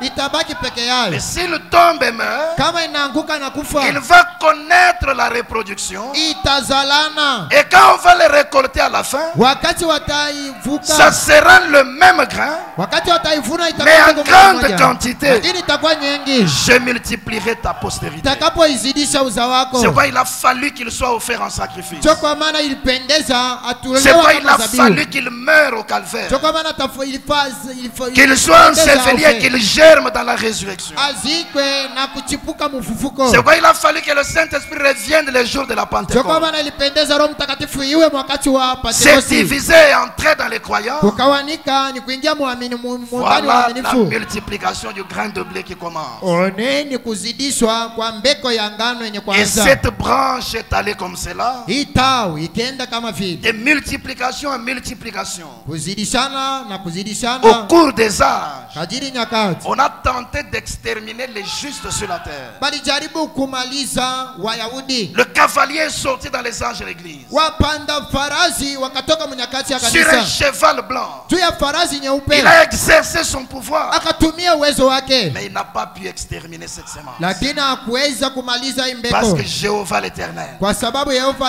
Bwana avait déjà juré par lui-même. alikuwa alisha kuapa kwa yeye Le mwenyewe. cavalier est venu dans la deuxième étape. Panda farasi akaja mukipindi Il cha est pili. venu sur un cheval roux. Akaja juu ya farasi Il a nyekundu. versé le sang de ses justes. Akamwaga damu ya Wayahudi. Il n'a pas su exterminer la sémence du juste. Hakuweza kumaliza mbeko ya wenye haki. Il est venu sur un cheval noir. Akaja juu ya farasi nyeupe Les nyeusi. ténèbres, la mort elle-même. Giza mausi yenyewe Il n'a pas su le faire. hakuweza, Et en ces temps de la fin, lakini mwa wakati wa il mwisho a rassemblé toutes les tactiques. amekusanisha mitindo zote. Et il est venu sur un cheval Amekuja juu ya farasi de couleur pâle. ya rangi ya majivu, Mais Dieu a envoyé le dernier être vivant qui lui restait au trône. lakini Mungu anatuma kiumbe kia mwisho kilibaki kukiti kia enzi. Il a envoyé l'aigle Anatuma pour aller dans les profondeurs juu ya kwenda hewani et dans les hauteurs jamais atteintes na kuingia mumahewa pour amener cette sémence juu ya kuleta imbeko qui était comme des grains de sable au bord de la mer yenye ilikuwa sawa vile mbeko za mchanga puani kwa et les bahari amener dans les hauteurs, na kuipeleka dans hewani, la position des étoiles dans le ciel. msimamo wa nyota hewani. C'est un changement de conditions. Ilikuwa ni mabadiliko wa Quand makanuni. vous êtes comme la poussière de la terre, Wakati huko sawa vile comme mavumbi le ya sable qui udongo, est sur le bord de la sawa mer, vile mchanga puani kwa vous bahari, êtes comme sans valeur. uko sawa wasipo bei. On marche sur le sable qui est sur le bord de la mer. Beko natembelelea pa mchanga yenye kwa puani kwa bahari, Vous semblez sans valeur dans le monde. uko naonekana sawa Et quand vile vous hauna écoutez le bei. cri de la mer, Lakini wakati utasikia qui lalamiko vous ya dit quittez la mafuta, souillure du monde, anasema tokeni uchafu wa vous partez dunia, les ailes dans la révélation. unapika mabao Vous mufunuo, allez là où on croit la parole dure comme fer. utakwenda kwenye beko naamini neno ya Et nguvu quand vous kama arrivez chuma. là-bas, Ukifikia pale vous atteignez la dimension unafika mkiwango des étoiles dans le ciel. kya manyota hewani. Remarquez, une étoile en anglais c'est star. Tazameni nyota mkiingereza Et ni quand on parle mstani. d'une star dans le monde, Bakisema kuhusu mstani c'est une duniani, position de distinction. ni msimamo ya upekee. C'est pourquoi les croyants du message Sio kwa maana waamini wa ujumbe doivent être distingués parmi tous les autres. wanapaswa kuachanishana na watu Ton wengine. éclat doit être remarquable. Kwanga kwako Si unapaswa on parle kuonekana. de la vie chrétienne, Bakisema kuhusu maisha ya la Kristo, meilleure vie sanctifiée, maisha yenye ça kuweshwa, doit être parmi les croyants du message. inapaswa kuwa katikati mwa waamini Si wa on doit ujumbe. parler des meilleurs prédicateurs, Bakisema kuhusu wahubiri wa ça kweli, doit être parmi les croyants du message. inapaswa kuwa katikati mwa Si on waaminifu wa doit parler des ujumbe. grands hommes d'affaires, Kama wanapaswa kusema ça kuhusu doit être wafanyakazi, parmi les croyants du message. inapaswa kuwa katikati mwa waaminifu wa Voilà ujumbe. pourquoi le prophète, Waneni mjua il ni fait une mzuri. prière. Anaomba, Il dit que le Seigneur anasema Bwana vous donne le meilleur du pays. anipatia mema ya nchi, Alors soyez les meilleurs. uwe wa mema, Parce que nous sommes la postérité d'Abraham. kwa sababu sisi ni uzao wa Manifesté Abrahamu, en 7 ans du wenye soir. kujionekanisha mwenyewe wakati wa Et mwisho. personne ne peut exterminer cette Hata semence. mmoja hawezi kumaliza hii mbeko. Doit être multipliée. Inapaswa kuzidisha, Elle doit être nombreuse. inapaswa kwa nyingi. C'est pourquoi aujourd'hui on doit parler de nous. Sio kwa maana leo banapaswa kusema kuhusu Nous sisi, devons être là et nous distinguer. tunapaswa kuwa pale na C'est kujachanisha. pourquoi Dieu ne doit pas manquer de témoins, mes frères. Mungu hapaswa kukosa Dans washuhudia. tous les domaines, il faut que nous soyons là. Mu makao yote tunapaswa kuwa,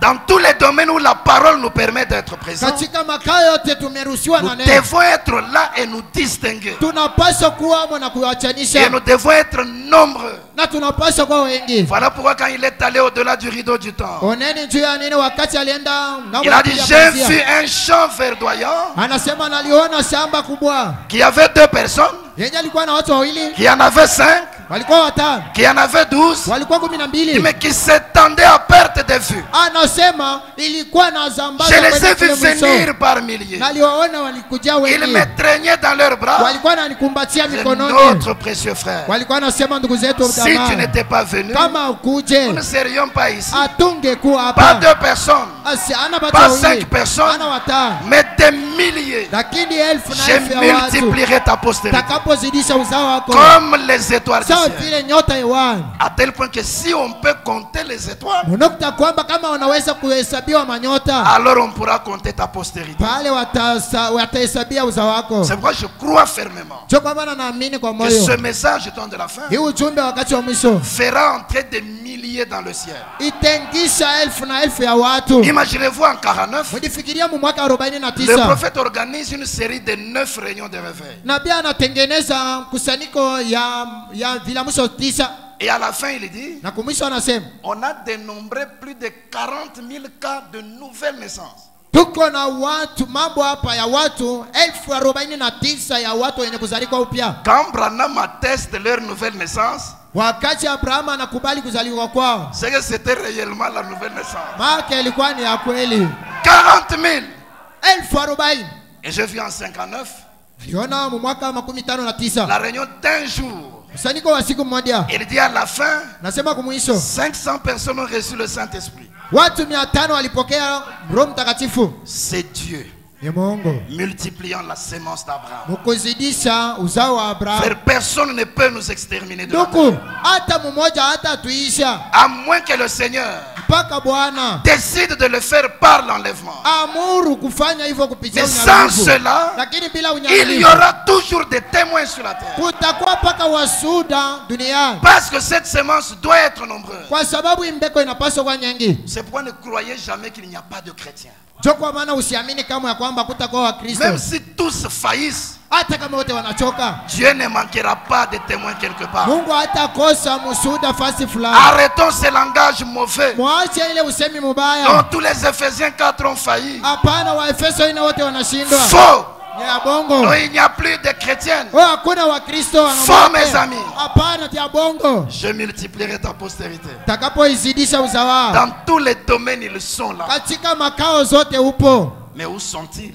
lakini uko wapi? Parce qu'ils doivent briller et se distinguer. Kwa sababu wanapaswa kuangaa na Ça kujachanisha. doit nous révolter ce matin. Inapaswa kututombosha hii Il faut que asubuhi. je me distingue. Tafadhali mimi Que je me nijachanishe, présente comme témoin de cette sémence. nionekana kama msuda wa imbeko, Parce que Dieu devait la multiplier. kwa sababu Mungu anapaswa Et cette kuizidisha sémence devait être nombreuse. na imbeko inapaswa kwa nyingi, Mais elle devait aussi posséder la porte. lakini tunapaswa pia kuimiliki mlango. Quand cette colonne de feu, les logos, Wakati huu kuzo la moto logosi, quand ce Christ wakati huu Kristo s'est fait chair en Jésus, alilifanya mwili ndani mwa Yesu, remarquez qu'il a été aussi soumis à des tests. tazameni naye pia alipitia kupipimo. Il sort des eaux du baptême. Anatoka majini mwa ubatizo. La Bible dit on l'amène dans le désert pour être tenté. Biblia inasema bakampeleka nyikani kwa kujaribiwa. Il a été tenté par toutes les choses dont nous sommes aussi tentés. Akajaribiwa na vitu vitu vyote ambavyo tunajaribiwa pia, Mais il a vaincu lakini alishinda parce qu'il était cette sémence spirituelle faite chair. kwa sababu alikuwa mbeko ya kiroho yenye kujifanya mwili. Devant la maladie, il a vaincu la porte. Mbele ya magonjwa alishinda, Devant la tentation, il a vaincu la porte. mbele ya jaribu alishinda mlango, Devant la lèpre, il a vaincu la porte. mbele ya ukoma alishinda mlango, Devant le manque de nourriture, il a vaincu la porte. mbele ya ukosefu wa chakula alishinda mlango, Devant la possession des esprits méchants, il a vaincu la porte. mbele ya kushika kwa mpepo mchafu alishinda mlango. Mais il devait affronter la mort. Lakini angepaswa Il devait affronter la mort. alipaswa kuingiana na kubabana na mlango na Cette mauti. dernière porte qui avait vaincu la sémence naturelle. Hii mlango yenye ilishinda mbeko la asili. Et je vous annonce ce matin qu'il avait vaincu la mort. Na watangazia ya asubuhi ya kwamba alishinda mauti. L'aiguillon de la mort a été déposé en lui. Mkuki wa mauti ilitiliwa ndani mwake. Il est allé dans le séjour des morts. Akakwenda kuzimu. Il a rencontré le diable dans ses demeures. Alikutana na ibilisi makao yake. Il a ravi les clés de la mort et du séjour des morts. Akamunyang'anya funguo ya mauti na kuzimu. Et il est sorti vivant. Na alitoka amo hai. Pour montrer que la sémence avait été faite chair. Juu ya kuonesha kwamba mbeko ilifanya mwili. Et elle pouvait posséder la porte de l'ennemi. Na angepaswa kuimiliki mlango wa adui. Mais il avait promis que pendant un temps on n'allait plus le voir. Lakini aliajia kwamba wakati fulani haungepaswa kumuona. Encore un peu de temps et le monde ne me verra plus. Muda mfupi dunia haitaniona. Mais vous me verrez. Lakini nini mtaniona? Car comme je vis, vous vivrez aussi. Kwa sababu gisi niko hai, nami pia mtakapo hai. Pendant un temps, c'est-à-dire les âges de l'église, Wakati fulani manake nyakati ya kanisa on ne l'a pas vu. akumuone. Mais quand on arrive au temps de la fin, Wakifika wakati wa magharibi, quand ce temps-là termine, wakati ile wakati inaisha, l'ange puissant lui-même descend. malaika wa uwezo mwenye anashuka. Et il jure qu'il n'y aurait plus de temps. Na anaapa kwamba kutakuwa wakati. Quand il jure que le temps termine, Wakati anaapa kwamba wakati inaisha, c'est que la période où on ne devait pas le voir termine aussi. make kipindi Kenya tukupaswa kumwona Et au kinamalizika. moment de cette venue, Wakati ya kuja kwa le 7e ange sur la terre, malaika wa saba iko udongoni. William Marion Branham est sur la terre, William Marion Branham iko udongoni. parce que Christ, l'ange puissant, Kwa sababu Kristo malaika wa qui est le uwezo logos qui venait, aliye logosi mwenye alikuwa la anakuja, sémence spirituelle elle-même, mbeko ya kiroho yenyewe devait se personnifier dans la chair angepaswa kulifanya mwili et manifester le double na privilège. kujionekanisha. Qu'est-ce que nous n'avons pas vu? Ni nini hatuoni? Par cette sémence, Picha hii mbeko Dieu a multiplié et il en a eu beaucoup d'autres. Mungu anazidisha na kuwa na wengi. Et cette sémence Hii mbeko a possédé la porte de l'ennemi, inaimiliki mlango wa madui, devant la porte de la maladie. mbele ya mlango wa Je magonjwa. n'ai pas le temps de parler de Georges Carter. Sina na wakati ya kusema kuhusu George Carter. Je n'ai pas le temps de parler des écureuils. Sina na wakati ya kusema kuhusu Kingi. Je n'ai pas le temps de parler du petit garçon finlandais. Sina na wakati ya kusema kuhusu kijana wa Pas de Ufelelani. temps pour parler du bébé mexicain. Sina na wakati ya kusema kuhusu mtoto mchanga wa Kumeksika. Mais laissez-moi parler du lépreux. Lakini nachieni nisema kuhusu wao wenye ukoma. La lèpre, c'est une mauvaise maladie. Ukoma ni magonjwa mbaya. Quand elle attrape un homme, Ikibamba mtu elle va se manifester par des lésions inapaswa kuonekana na maimai, qui font couler un liquide contagieux. vivimbo vyenye Et kutosa elle kufuisha finit maji. par vous amputer certains membres. Itaishia mpaka mkukata vyungu vyengine vya maungu. Un soir, Jioni moja William Branham dans l'auditoire, William Branham katika on amène mkutano, un lépreux.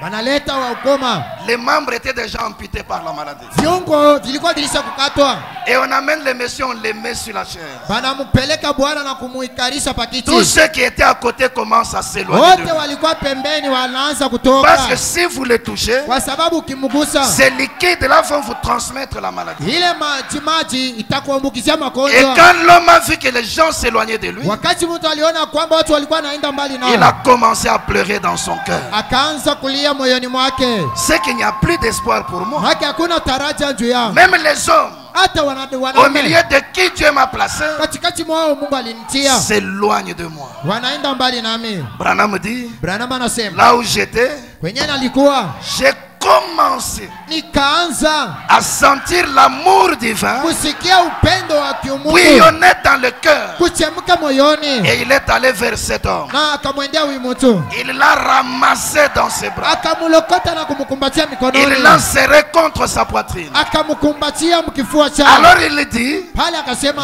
j'ai commencé nikaanza à sentir comment la foi grandissait dans son cœur. kusikia namna kanimani ilikuwa napanda moyoni mwake. L'homme a commencé à se dire, Mtu akaanza kusema, c'est qu'il y a encore un Dieu Make, kunako tena Mungu qui se soucie de moi. mwenye kunihusu. Et l'homme a été guéri. Mtu aliponyeshewa. Pourquoi? Juu ya nini? La semence spirituelle Beko ya kiroho a été personnifiée. ilifanya mwili Peu importe la porte, aizuru mlango, elle devait être possédée. inapaswa kuimilikwa. Ce matin, mon frère, ma soeur, Hii asubuhi, ndugu na j'ai une dada, bonne nouvelle pour vous. niko na habari njema juu Il y yao. a encore un Dieu Kunako tena Mungu qui se soucie de vous. mwenye kuna Et la kusulukia, même semence est présente. na hii mbeko ipo. Si vous croyez de la même manière, Ukiamini mo namna que moja la porte moja, s'ouvre au nom du Seigneur Jésus. mlango ifunguke mjina la Bwana Yesu Kristo. Voyez-vous, Unaona, ce double privilège a agi. hii fadhili mara mbili ilitumika. Regardez une chose. Tazameni kitu moja, Le prophète dit ceci. nabii anasema hivi, En possédant les portes de l'ennemi. katika mahubiri kuimiliki mlango wa madui, Prêché le 8 novembre yenye kuhubiriwa tarehe 8 mwezi wa 11 59. mwaka 59 Point 60. haya 60. Et aujourd'hui, Na leo l'église du Dieu vivant kanisa ya Mungu aliye hai a le privilège d'être là iko na fadhili ya kuwa pale et de voir Jésus-Christ, na kuona Yesu Kristo, le Fils du Dieu vivant, mwana wa Mungu aliye hai, ressuscité et vainqueur, kufufuka na mshindaji, ici présent, hapa sasa vivant dans son église, kuishi kanisani mwake en train de faire à nouveau na kufanya mara tena les mêmes choses qu'il a faites. vitu moja moja vyenye alifanyaka. Alors, Sasa nous possédons tuko na imiliki la porte de chaque ennemi. mulango wa kila adui. La première aile du privilège Bawa ya kwanza ya fadhili montre que la semence devait être multipliée et devenir nombreuse. inaonesha kwamba mbegu ingepaswa kuzidishwa na kuwa nyingi. Là, nous l'avons prouvé. Pale tulisha kuitisha, Personne ne peut nous exterminer tant que Dieu n'a pas fini. hata mmoja hawezi kutumaliza kama Mungu hajawahi Et kusema. cette semence Na hii mbeko sera nombreuse même dans le ciel. itakuwa nyingi hata mbinguni. La deuxième aile du privilège Bawa ya pili ya fadhili parle de posséder chaque porte de l'ennemi. inasema kuhusu kuimiliki kila mlango wa adui. En lisant cette citation, Mkusoma hii nuku, j'aimerais que chacun de nous comprenne nataka kila mmoja wetu aelewe qu'il n'y a plus de combat à livrer. hakuna ukomvi. Jésus, par ses souffrances au calvaire, Yesu katika mateso msalabani il a apporté la victoire.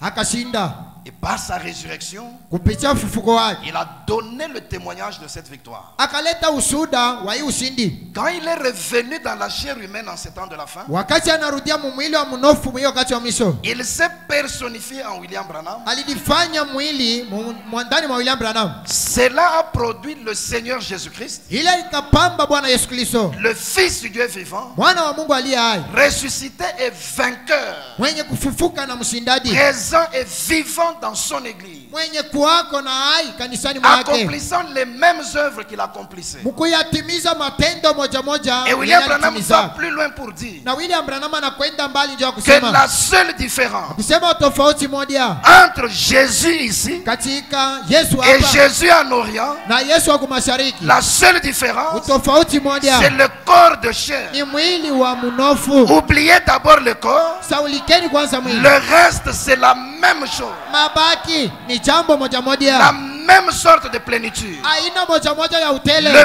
même genre d'esprit, aina moja moja ya roho, la même permanence de la plénitude. kuwako kumoja kwa utele. Mais quant aux œuvres, il y a un coin à former. Lakini kwa matendo kunako kona ya kutunga, Ce sont les mêmes œuvres par rapport à la nature, ni matendo yale yale kuangaliana na asili, mais en grand nombre. lakini nyingi. Et quand on monte davantage, Ukizidi kupanda tena, ce sont ces œuvres, ni yale matendo même dans une nature plus grande. hata yenye kuwa mwasili kubwa. Voyez-vous? Mnaona, Et l'église a eu ce privilège-là, na kanisa ilipokea ile fadhili d'être là kuwa pale et de voir ce Jésus-Christ, na kumwona huyu Yesu le Kristo, Fils du Dieu vivant, mwana wa Mungu aliye hai, ressuscité, vainqueur, mwenye kufufuka na mwenye kuwa mshinda, ici présent, hapa penyewe, vivant dans son église, mwenye kuwa haya c'est-à-dire la colonne de feu dans la chair, maana kikunzo la moto mwilini, faisant à nouveau les mêmes œuvres qu'il faisait. kufanya mara tena matendo yale yale. Quand vous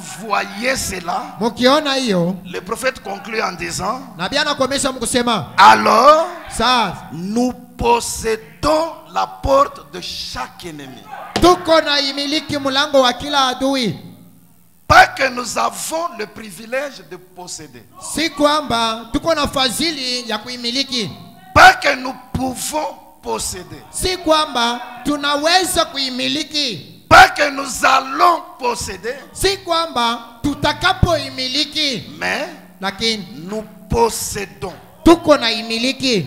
Au temps présent, Wakati wa tel que sasa vous êtes assis, disi vous munaketi, possédez la porte de chaque ennemi. mpaka vile ulisha kuketi unaimiliki mlango wa Si adui. vous avez reconnu le Fils de Dieu dans la chair, Kama ulitambua mwana wa Mungu mwilini, si vous croyez dans sa manifestation, kama unaamini mkuonekana kwake, vous possédez déjà la porte.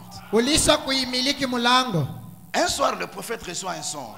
Jioni moja nabii analota, Il voit qu'il y avait des gens retenus anaona watu walikuwa wenye dans kusikwa une maison de l'enfer. katika kanyumba ka jana, Il y avait des barreaux de l'enfer et ils ne pouvaient pas sortir. kulikuwa vyuma, hakuwezi kutoka hapo. Et ces gens-là criaient, William Branham, délivre-nous. Na wale watu walikuwa nalia, William Branham tufungue. Lui a dit non, c'est Jésus qui est censé le faire. Yeye anasema hapana, ni Yesu ndio anaweza kufanya Alors il a hivyo. vu Jésus apparaître à côté, Branham akaona Yesu kuonekana dans pembeni des lumières arc-en-ciel. katika nuru ya upindo wa mvua. Et Jésus lui dit, Yesu anamwambia, toi délivre-les. wewe fungua watu. C'est moi Jésus. Ni mimi Yesu, Je connais les dispensations. najua nyakati, Je sais que le temps najua kwamba nyakati, de mon action dans la chair pour eux est terminé. wakati wa kutumika kwangu mumwili ulisha kuisha. C'est toi, Wewe ndio utatumika, délivre-les. wafungua basi. Alors regardez ce qu'il fait. Sasa tazameni kenye anafanya, Il dit maison de l'enfer, anasema nyumba ya vyuma, cède au nom de Jésus-Christ. fungueni mjina ya Yesu Kristo. Il dit les barres commencent à se briser. Anasema vyuma vikaanza kuvunjika Et ces gens-là ont commencé à sortir. na wale watu wakaanza kutoka. Il dit, ils couraient tous. Walikuwa napika mbio, Et ils criaient, délivrez, délivrez. walikuwa nalia, wenye kufunguliwa, wenye kufunguliwa. Nous sommes déjà délivrés. Tulisha kufunguliwa, Nous avons déjà la victoire. tulisha kushinda. Un soir, un pasteur du nom de Walker Jioni moja mchungaji mjini wa Walkeri reçoit un songe. anapokea ndoto, Il voit William Branham sur un cheval blanc, anamwona ndugu Branham juu ya farasi nyeupe, habillé comme un chef indien. anavaa kama bwana mkubwa wa Il Kihindu. dit, William Branham, Anasema William Branham, tu avais une si grande autorité ulikuwa na mamlaka kubwa, que ta voix faisait même trembler la terre. unamna kwamba sauti yako ilikuwa inatetemekesha dunia. Et en même temps, Junior Jackson reçoit le songe. Wakati moja moja Junior Jackson naye Puis il analota, voit William Branham ordonner. anaona William Branham Et il lui dit, William Branham, anamwambia William je Branham, n'ai jamais entendu quelqu'un sichawahi kusikia mtu donner un ordre avec une telle autorité. kuamuria na mamlaka ya vile. Cet ordre qui a été donné, Hii amri ulileta, tout a obéi à cela. wote walitii.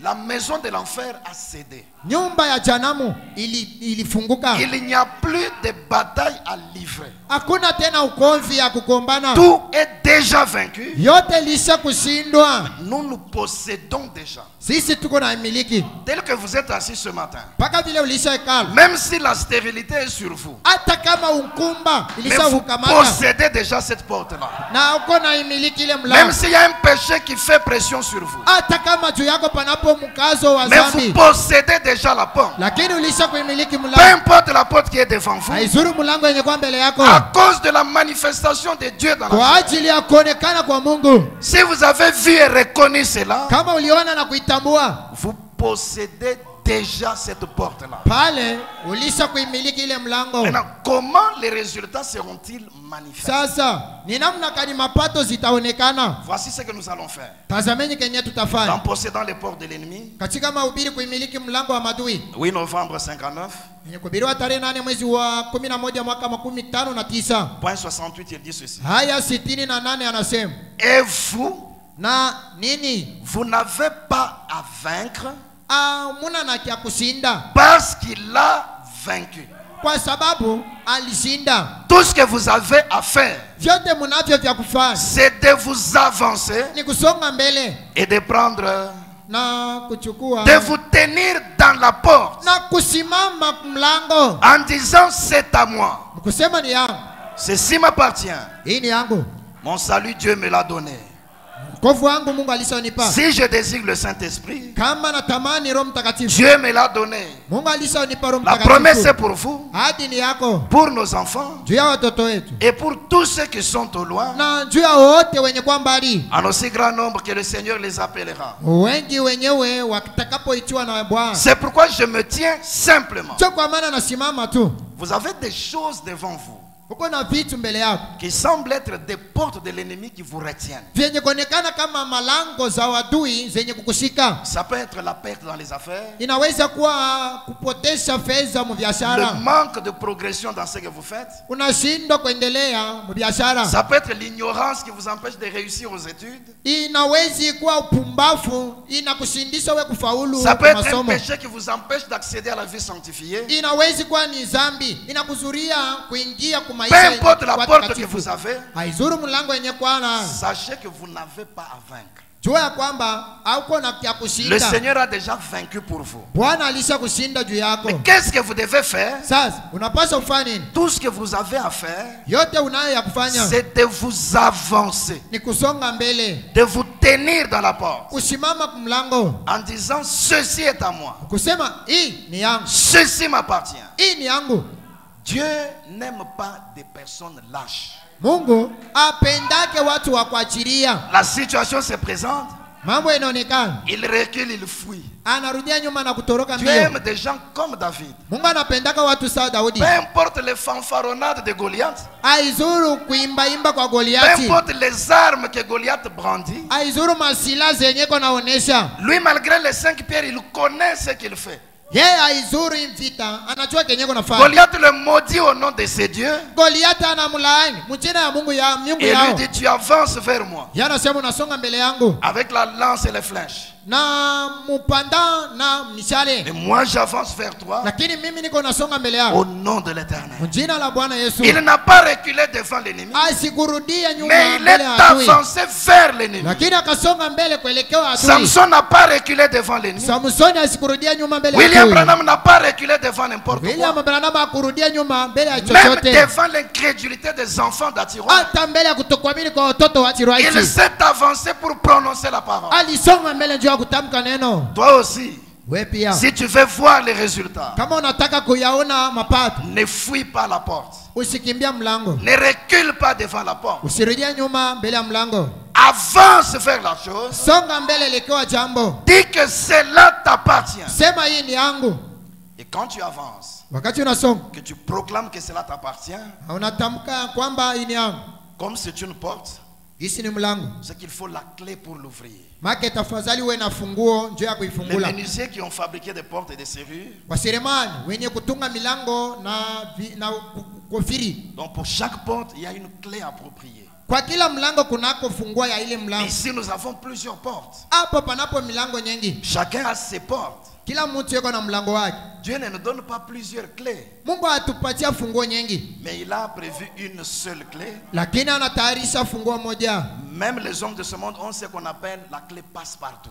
Hata watu wa hii dunia weko na funguo, anaitaka funguo ya kufungua Une milango seule clé, yote. mais qui peut ouvrir toutes les portes. Funguo tu moja, lakini yenyewe inaweza Dieu kufungua a milango aussi zote. son passe-partout. Mungu naye pia iko na yake funguo ya C'est la kupita clé que milango nous allons yote. utiliser pour ouvrir chaque porte. Jo mlango yenyewe tutatumia kwa kufungua kila mlango. Découvrons cette clé passe-partout tutambua hii funguo yenye kufungua milango yote. Au point 73, il dit ceci. Haya 73 anasema, Maintenant, Seigneur, tu es Dieu. sasa Bwana uko Mungu Et nous sommes tes serviteurs. na sisi ni watumishi wako. Nous te remercions pour ta parole. Tunakushukuru kwa neno lako, Pour le Saint-Esprit qui a béni nos cœurs. kwa Roho Mtakatifu aliyebariki mioyo yetu. Et maintenant, nous sommes heureux d'être assis ici. Sasa sisi ni wenye heri kuketi hapa Et de savoir que nous sommes vainqueurs. na kujua ya kwamba sisi ni washindaji. Nous possédons déjà toutes les portes de l'ennemi. Tuko na miliki kila mlango wa adui. Cela nous a été accordé. Ile litupewa Et nous avons le